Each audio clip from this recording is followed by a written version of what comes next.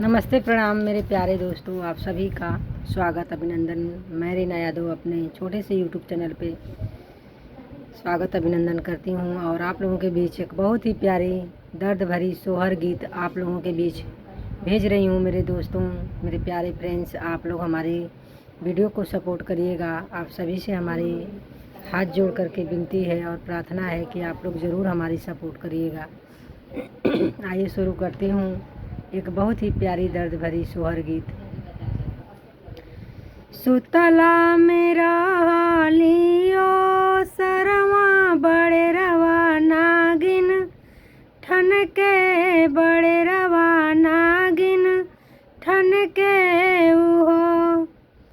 हो नागिन डसले तू हमारे या मुरिया तनवा सब कर छूट जाइते हो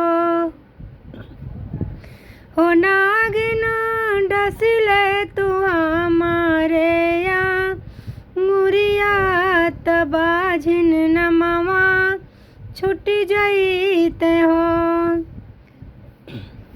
सासू हाँ में रोज गरिया में ननद बिरही बोले लिहो, ए नागिन पिया मोरे दिल के कठोरत बहिया धैनी काले हो, ए नागिन पिया मोरे दिल के कठोरत घरवा से निकाले हो। चुप कर ए रानी, चुप कर मान में धीरज धर हो, ए नागिन नाजुक नाऊ ए माँ हिनवा ललनवा तुहरे गोद खली है हो, ए नागिन नाजुक नाऊ ए माँ हिनवा ललनवा तोहरे गोद खली है हो।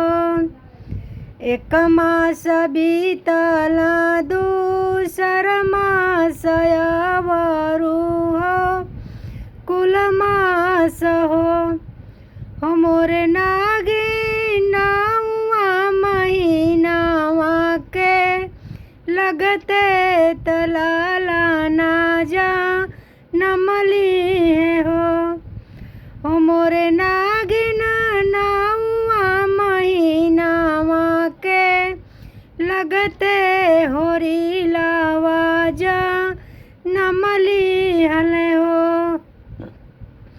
सासू मोरे देवता मानावे ननद सौरली पावेली हो नागिन पिया मोरे बेनिया डो लावे तहाँ में दूला रावेले हो नागिन पिया मोरे बेनिया डो लावे तहाँ में दूला रावेले हो।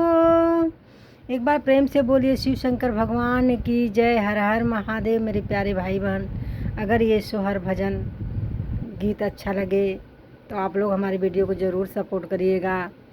और देखिए, भोलेनाथ की कृपा से नागिन की दुआ लग गई, आशीर्वाद लग गई, उस बहन की गोद भर गई और सारे कष्ट दूर हो गए। प्रेम से बोलिए जय माता दी। राधे राधे। जय श्री कृष्णा।